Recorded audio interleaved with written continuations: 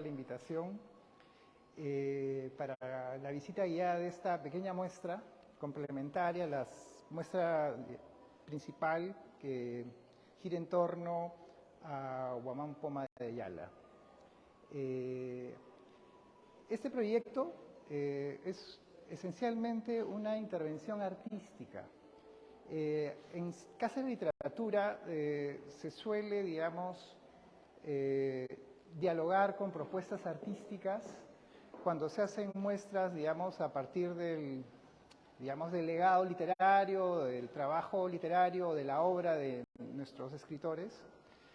Ya hace algunos años se invita a artistas a que de alguna manera dialoguen e intervengan con la propuesta, digamos, de crítica o de análisis literario que se trabaja en las exposiciones principales, ¿no? En este caso, Del mundo vuelve el autor, ¿no? Que está en la sala 1, al frente. Bueno, yo soy Juan Osorio, yo soy artista visual, artista plástico también, y bueno, soy curador, escenógrafo y también museógrafo. Entonces yo trabajé junto con el equipo de museografía en el diseño y, digamos, y desarrollo y, digamos, artístico y la propuesta museográfica de la muestra principal de Mundo vuelve el autor. Y de ahí se sugirió, se desprende esta pequeña sala que es complementaria a la principal. La idea inicial era la de plantear un poco el imaginario que Huamán Poma propone y desarrolla en su nueva crónica desde la mirada sobre el mundo natural, sobre la naturaleza y esencialmente sobre los animales. Como todos sabemos, la crónica está, digamos, ilustrada profusamente con escenas de la vida que le tocó vivir o que le tocó a Huamán Poma durante el siglo XVI, el mundo que le tocó registrar, mirar, vivir, y por supuesto, como hombre sensible y como cronista y observador, describió todo lo que veía o todo lo que vio, y todo esto estaba plagado de paisajes y animales. Claro, él no tenía una visión naturalista, o sea, no era un hombre de ciencia, era un caminante ilustrado con una profunda vinculación con la fe católica, que durante sus viajes, durante 30 años, ilustró y graficó el mundo que le tocó vivir. Siendo no naturalista, digamos, incorporó y dibujó muchísimos animales, y sobre todo aves. Entonces, cuando comenzamos la investigación para proponer esta muestra, nos dimos cuenta de que el imaginario de Huamán Poma estaba como partido o dividido en dos campos, en dos mundos. Lo simbólico, vinculado al imaginario, digamos, místico, que tiene dos vertientes. Por un lado, la vertiente medieval, dentro de su, digamos, incorporación y su formación católica, digamos, que empieza con los tratados o los bestiarios medievales relacionados a animales fantásticos, y con todo el imaginario bíblico también, ¿no? Con todos los animales que, digamos, componen y que están presentes simbólicamente en la Biblia. Claro, de ahí se desprenden cruces, ¿no?, entre las distintas tradiciones occidentales, ¿no?, donde animales tienen una larga data, digamos, vinculada al oscurantismo, ¿no?, al misticismo, a las supersticiones, al mal agüero, en fin, hay todo un mundo, digamos, de simbolismo, o sea, de animales relacionados a lo simbólico.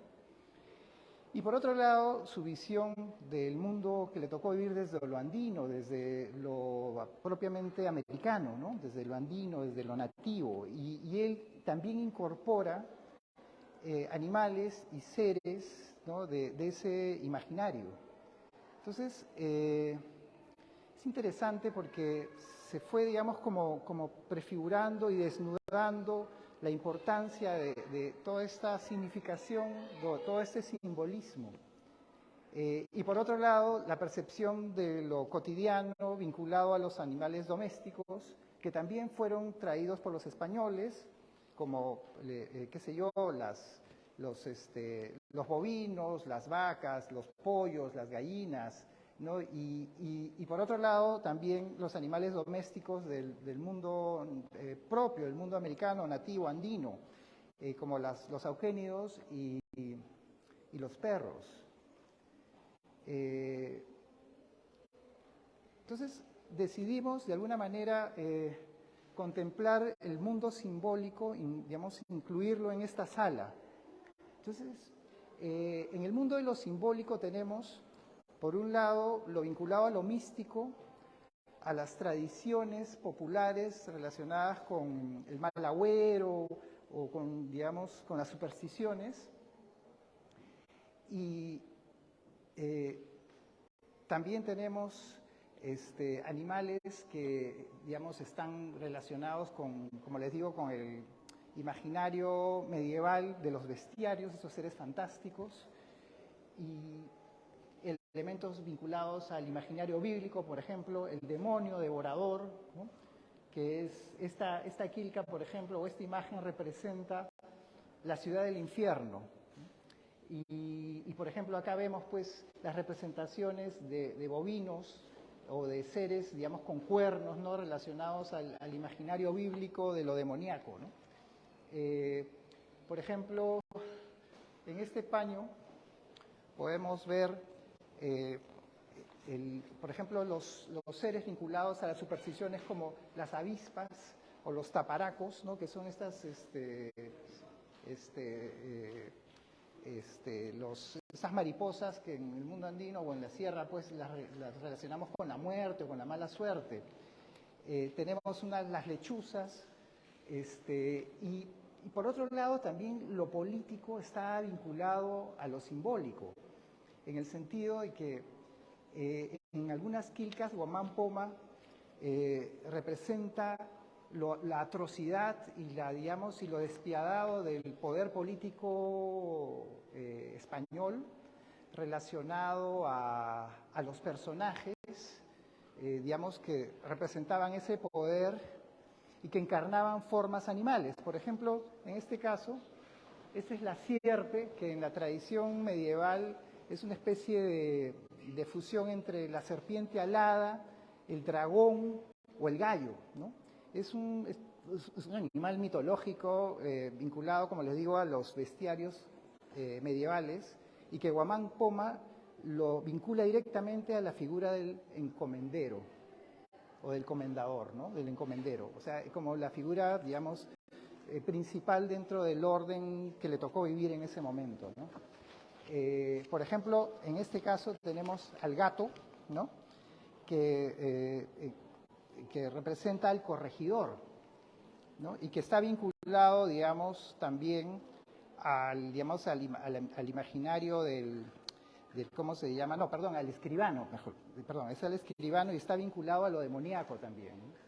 En este caso, este elemento, digamos, este otorongo, sobresale en medio de los demás personajes y lo hemos colocado con este color plateado porque representa a Guamán Poma.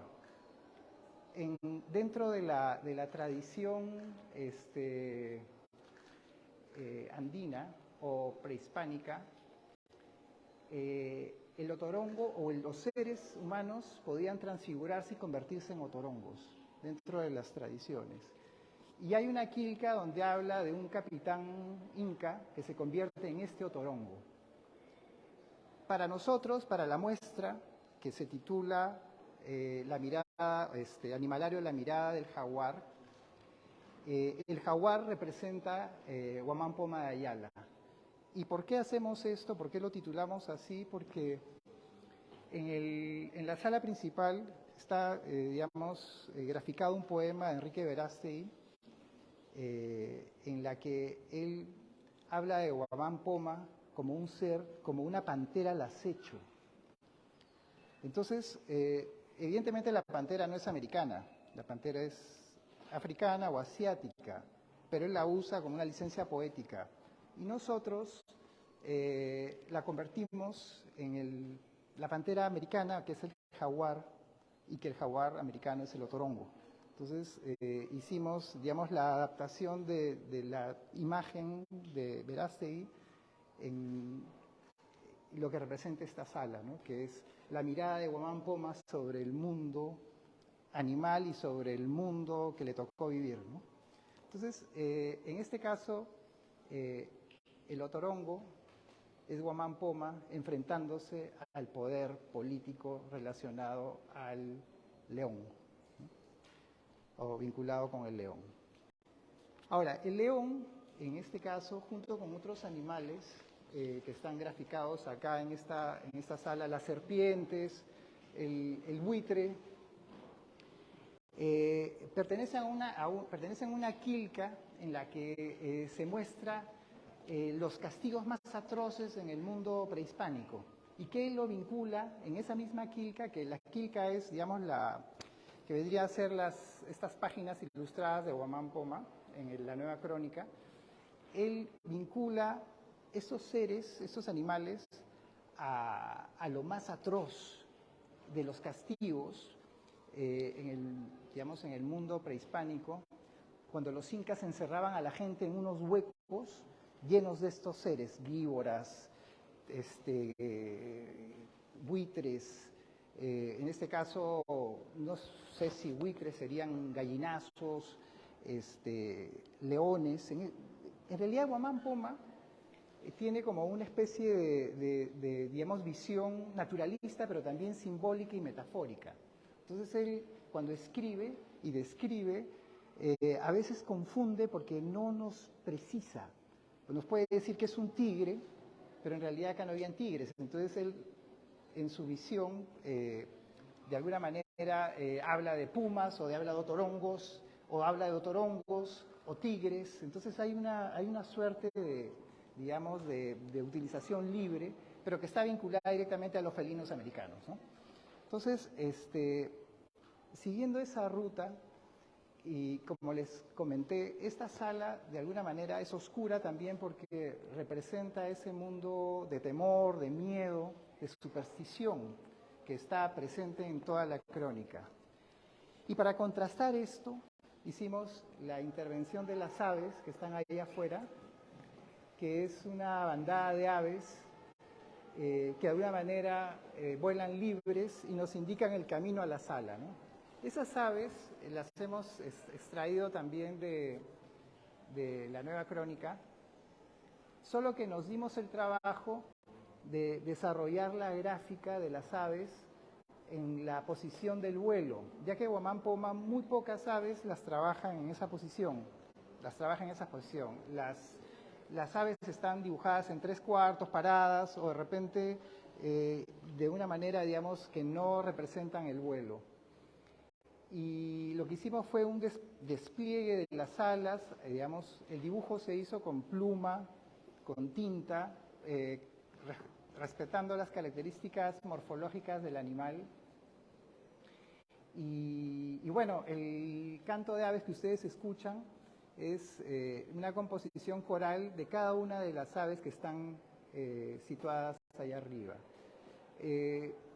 Son loros, pericos, la gaviota andina, hay perdices, claro, en este caso perdices como un semivuelo, pero están allí. Y bueno, esta bandada de aves nos invitan a ingresar a la sala. Es como la visión naturalista y no necesariamente simbólica del tratamiento de las aves en la Nueva Crónica. Y por último, los perros. En este caso, estos perros están literalmente graficados en la crónica. Los hemos sacado de la bidimensión y los hemos convertido en esculturas. Y están presentes en este espacio para cuidarnos. Son los fieles guardianes, los compañeros de Guamán Poma durante todos los años que transitó, 30 años caminando por los Andes acompañado por perros. Y lo sorprendente es que se han hecho estudios y se ha descubierto de que todos los perros graficados en la nueva crónica corresponden a las características morfológicas de los perros americanos. O sea, no son perros europeos, que podrían serlos, porque los españoles trajeron perros. Esos perros representan a 4 razas o 4 géneros o tipos de perro peruano, digamos, ¿no? El único que ha llegado, digamos, reconocible hasta el día de hoy es el perro peruano, que está allá, el que está apoyado en la pared, que es el perro peruano sin pelo, ¿no? Las características de estos perros son características, digamos, más morfológicas, o sea, se les conoce, digamos, no como con un tipo, digamos, un nombre específico, como al perro peruano o al viringo o perro sin pelo del Perú. Se les conoce por las características morfológicas, por el tamaño de la cabeza, la forma de la cabeza, son macrocéfalos o dicocéfalos y con orejas caídas y orejas paradas. O sea, esas son las formas de describir estos perros históricos, digamos, ¿no?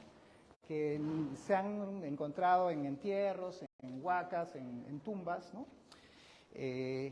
Y bueno, como les digo, estos perros están acá para protegernos de toda la oscuridad simbólica y siniestra de Guamán Poma relacionada a los animales y a su imaginario.